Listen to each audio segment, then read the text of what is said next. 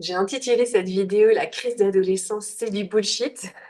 Sous-entendu, c'est n'importe quoi, parce que, j'avais envie de te partager un petit peu ça. C'est vraiment une conviction qu'on a avec mon mari depuis mon premier enfant. J'étais enceinte de mon premier enfant et depuis ce jour, je suis absolument persuadée que la crise d'adolescence, c'est quelque chose qui est un mythe, voilà. Alors avant que j'ai des ados, avant tout ça, j'étais tellement persuadée que l'adolescence, ça allait bien se passer chez moi, que du coup, j'ai préparé cette période avec zéro stress d'anticipation, avec zéro angoisse, avec zéro projection. Par exemple, jamais tu m'aurais entendu dire avec un enfant de 2 ans ou 5 ans ou 6 ans qui commence à me résister, qui fait preuve un petit peu d'affirmation de soi, dire oh là là, c'est les débuts de l'adolescence, si elle se comporte comme ça, qu'est-ce que ça va faire plus tard? Non, tu ne m'as jamais entendu dire ça, puisque c'est vraiment quelque chose que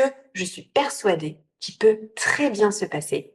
D'ailleurs, si tu ne me connais pas, je m'appelle Naomi, j'ai 44 ans, avec mon mari, on a 8 enfants qui ont 20 ans, 19, 18, 17, 10 ans, des jumeaux de 9 ans et enfin le dernier qui a 7 ans. Alors, pourquoi aujourd'hui j'ai envie de te parler de l'adolescence et pourquoi je pense que c'est du bullshit? Parce qu'en fait, je pense qu'il y a la société qui, à grand renfort de séries d'ados aussi, hein, où il y a des gros clashs dans les familles, vient te dire et vient commencer à te faire peur sur cette fameuse crise d'adolescence, sur cette relation qui s'effrite, sur les portes qui claquent, les je te déteste, les sorties en douce, les fugues, etc. Et j'avais envie de te rassurer, de te dire que c'est vraiment pas le chemin qui est destiné devant toi et où tu devras serrer les fesses pendant 5, 6, 7, 8 ans en fonction de ça et te dire que peut-être espérer après tu puisses reconnecter avec ton enfant devenu adulte et en même temps tu auras perdu 5, 6, 7 années précieuses de connexion où ton enfant, eh bien, tu peux avoir des conversations qui sont super géniales avec lui et très intelligentes. Alors, je vais pas rester là-dessus. J'ai envie de te parler et de te dire aussi un peu comment on a fait avec mon mari pour préparer cette adolescence tout en n'ayant pas un filtre de négativité devant notre tête, tout en n'ayant pas un filtre de la peur. On était déjà complètement convaincus que ça allait se passer. Et je pense que ça allait bien se passer. Et je pense que c'est vraiment, déjà un filtre qui est très important parce que même si il y a des petits couacs, parce que je suis pas en train de dire que c'était parfait, que c'est parfait, heu, mais je suis en train de te dire qu'en fait, déjà ton regard, tu vas le voir d'une façon différente. Tu vas voir les petits couacs parce que, on en a, mais ça reste des petits couacs, d'accord? Il y a pas de porte qui claque, il y a pas d'insultes, il y a pas un enfant qui est dans sa grotte, dans sa chambre, 6 heures par jour devant la console. Moi, je connais pas ça. J'ai au contraire des ados qui viennent et qui toquent à notre porte pour venir nous parler, pour venir nous partager nos petits soucis, pour communiquer, pour délirer, pour nous proposer de regarder un film en famille, pour nous proposer de faire un truc en famille. Ils sont vraiment force de proposition dans la maison. Ils font des services dans la maison, voilà. Donc j'ai quand même envie de t'envoyer une image positive de l'adolescence et une fois que tu as ton filtre qui n'est pas négatif en disant: «Oh là là, c'est l'adolescence», comme s'il y avait rien à faire, comme si c'était personne à se remettre en question.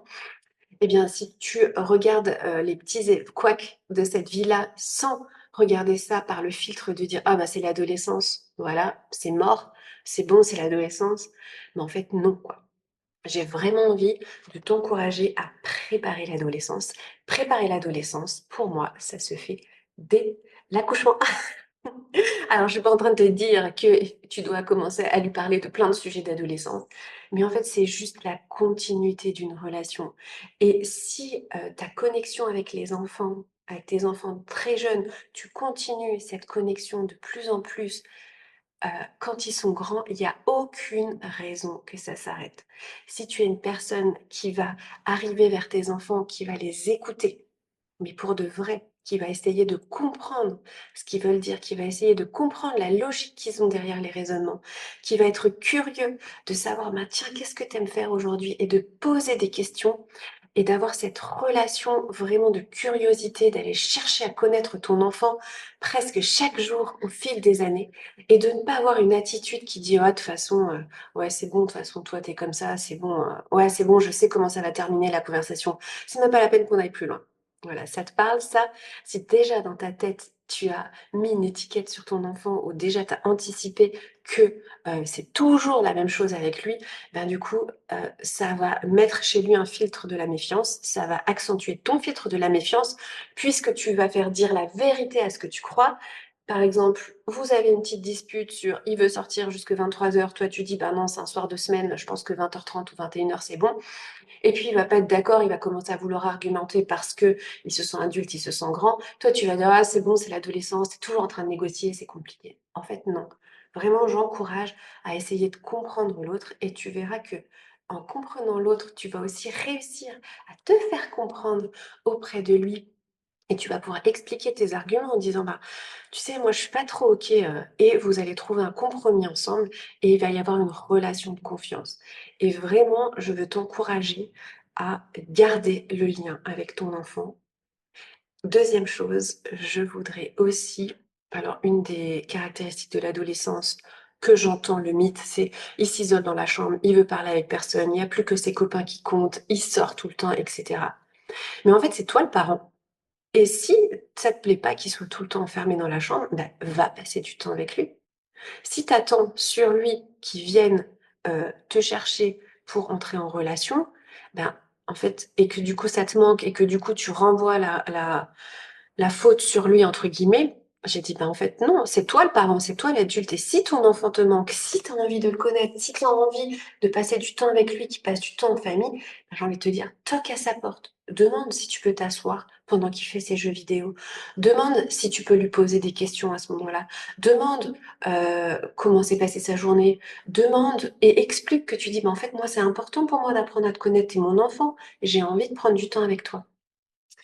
Alors si ton enfant, il est déjà dans cette période d'adolescence où c'est un peu rock'n'roll, et que tu as l'impression que la relation, elle est un peu cassée et que tu dis: «Mais jamais il va vouloir que je rentre dans la chambre, je vais toquer, je vais me faire jeter, peut-être qu'il va même pas me répondre, peut-être que ça va le saouler, il va lever les yeux au ciel et cetera». Bah, j'ai envie de te dire: ne te décourage pas, commence par des plus petits pas. Commence par des plus petits pas, ça peut être par exemple au repas, tu dis: «Oh est-ce que tu veux bien rester juste 3 minutes? Je voudrais juste être avec toi 3 minutes à table, est-ce que tu veux bien s'il te plaît?» Et tu lui demandes: «J'ai envie de te voir».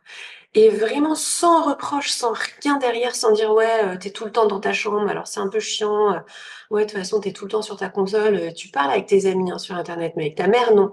En fait, non, tu fais pas ça. Tu vas pas commencer à comparer, tu vas juste exprimer ton désir d'avoir envie de passer du temps avec lui. Et tu peux commencer par ça. Tu peux commencer tu peux lui proposer une sortie, d'aller manger une glace, enfin quelque chose qui lui plaît. D'ailleurs, tu peux même lui demander: «Ben, j'aimerais faire quelque chose avec toi, qu'est-ce que tu proposes? Qu'est-ce que tu aimerais bien faire?» OK. Ah bah, je pensais qu'on pouvait passer peut-être plutôt 2 heures ensemble. OK. 1 heure, bah, 1 heure, c'est bien, je suis contente. Bah, viens, on fait ça. Et tu fais tu passes un «contrat» entre guillemets avec ton enfant et tu vas essayer de regagner ton cœur, le cœur de ton ado si ta la relation elle est, déjà, tu vois, éloignée et cetera.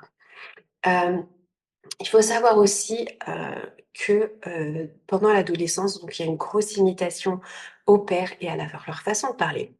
Donc, je sais pas si tu as déjà entendu des jeunes au lycée ou au collège surtout parler entre eux. Franchement, moi j'ai l'impression qu'ils se respectent pas quand ils se parlent et pourtant c'est leur façon de se parler et donc du coup, eh bien, il va ramener cette façon de parler-là à la maison. C'est normal, c'est les neurones miroirs, c'est le fait qu'il y a un temps d'adaptation entre l'école et la maison parce que c'est des, fonctionnements très différents et donc du coup, ne t'offusque pas de cette façon de parler, ne le prends pas personnellement. Par contre, tu peux lui dire: «Bah, tu sais, moi ça me blesse un peu là, je trouve ça un peu sec, cette façon, que tu as de me parler. Est-ce qu'on peut parler, de manière un peu plus apaisée?» Ou tu vas lui poser la question: «OK, alors moi j'ai vraiment envie de parler avec toi, par contre, ben, cette façon-là, elle m'offense. Moi je me sens pas respectée». Tu lui dis. Tu lui dis: «Ben, en fait, je trouve que c'est un peu dur là comme façon de parler. Est-ce que tu pourrais, mettre des formes? Est-ce que tu penses qu'on pourrait trouver une autre façon de communiquer entre nous qui convienne un peu mieux?»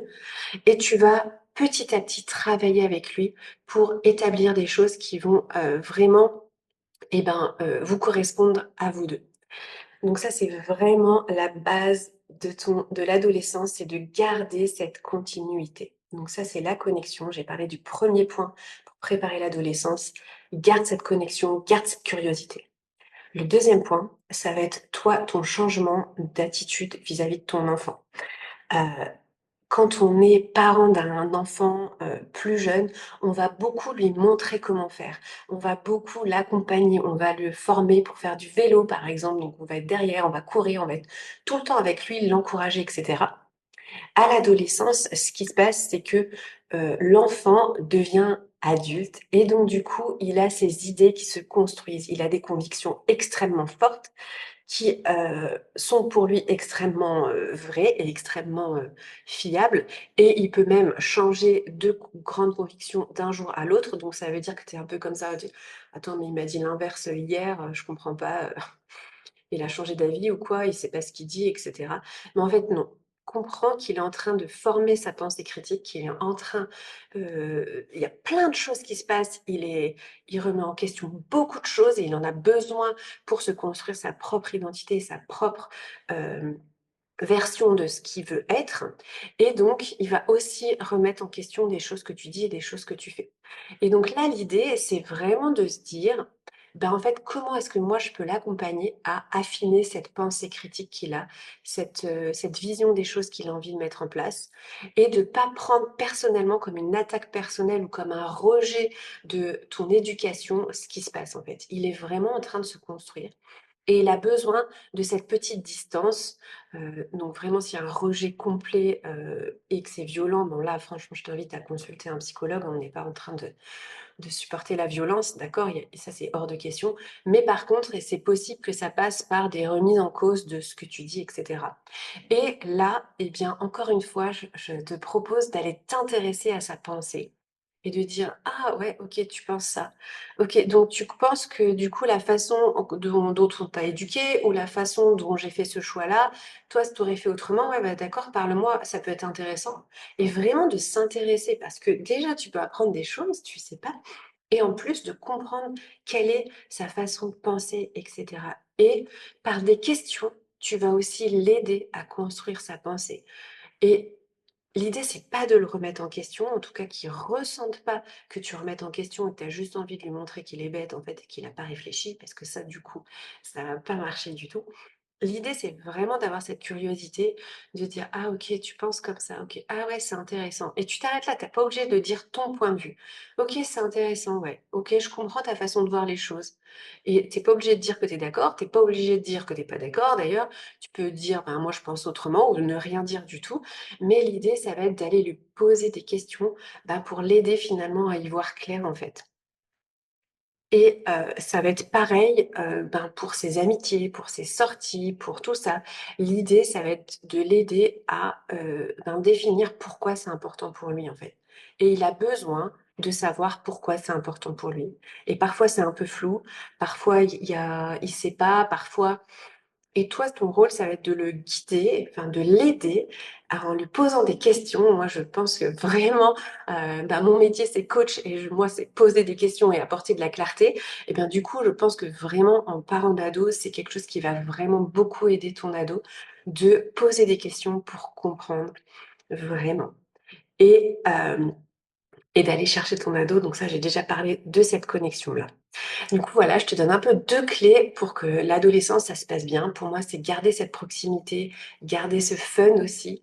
Ce qui marche très bien avec les adolescents aussi, c'est de rire de soi-même quand, on a fait une bêtise en tant que maman ou quand, je sais pas, je dis quelque chose et puis finalement je change d'avis en cours de route et je choisis autre chose. Et bien du coup, j'en ris un petit peu et du coup, je viens un peu dédramatiser aussi les choses, sauf si c'est important pour mon fils et si c'est important pour mes enfants, par exemple, je vais essayer d'expliquer.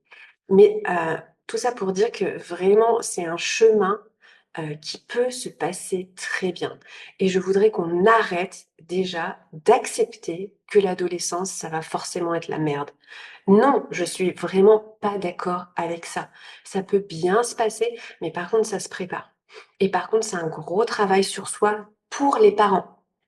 Je suis vraiment en train de te dire ton enfant, il va modéliser et ça va être vraiment des grosses remises en question, des façons de communiquer différentes, des généralités sur son enfant qu'on ne va abandonner, une méthode de communication qui va être douce, respectueuse et qui va être basée plutôt sur l'ouverture d'esprit plutôt que sur le commandement, par exemple. Et une collaboration à instaurer et cetera et cetera. Et c'est surtout, surtout du travail sur soi en tant que parent. J'ai, des clients qui viennent et qui me disent: «Ah là là, mon ado, c'est un vrai feignant. Il est devant la télé tout le temps, il fait rien du tout, il en branle pas». Non, je te promets, c'est ce qu'on me dit, «J'en peux plus, il y a pas du tout la notion du travail, il est égoïste» et cetera et en fait, bah, ils arrivent avec déjà tous ces filtres de négativité sur leur enfant et bah, mon travail, ça va être et donc je te le dis aujourd'hui, ça va être de casser ces filtres parce que ces filtres sont des généralités, sont des choses dont on est persuadé qui ne sont pas vraies. Parce que si tu creuses, eh bien, tu vas voir qu'en fait, ton enfant, il travaille, peut-être pas comme toi tu voudrais, de la quantité que tu voudrais, on est d'accord, mais en tout cas, il travaille.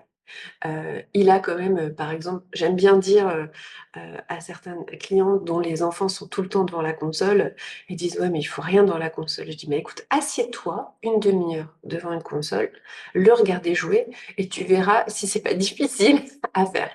Alors on est d'accord, il y a toujours quelque chose de plus productif que la console, ça a un aspect, addictif, ça a un aspect qui est pas OK, je suis complètement d'accord avec ça. Mais en tout cas, l'idée, ça va être vraiment de changer quand même notre regard sur notre enfant et d'aller chercher les choses qui sont positives chez lui, d'aller chercher ses forces et d'aller les mettre en et d'aller vraiment les soulever et tu vas voir que quand tu fais ça, déjà, tu vas avoir un autre regard sur ton enfant et ensuite tu vas avoir un monde de perspectives devant toi de marge de progression parce que bien évidemment, l'idée, ça va être d'aider notre ado à progresser, à grandir, à, transmettre des valeurs comme le travail, comme la persévérance, comme, faire des choses qui comptent pour lui, des choses qui comptent peut-être pour la société, d'avoir une communication qui est OK, bienveillante, respectueuse et qui participe peut-être à la maison.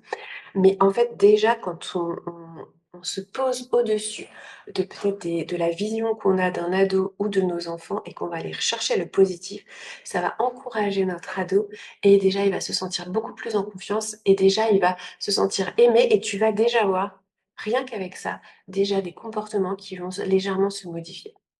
Voilà.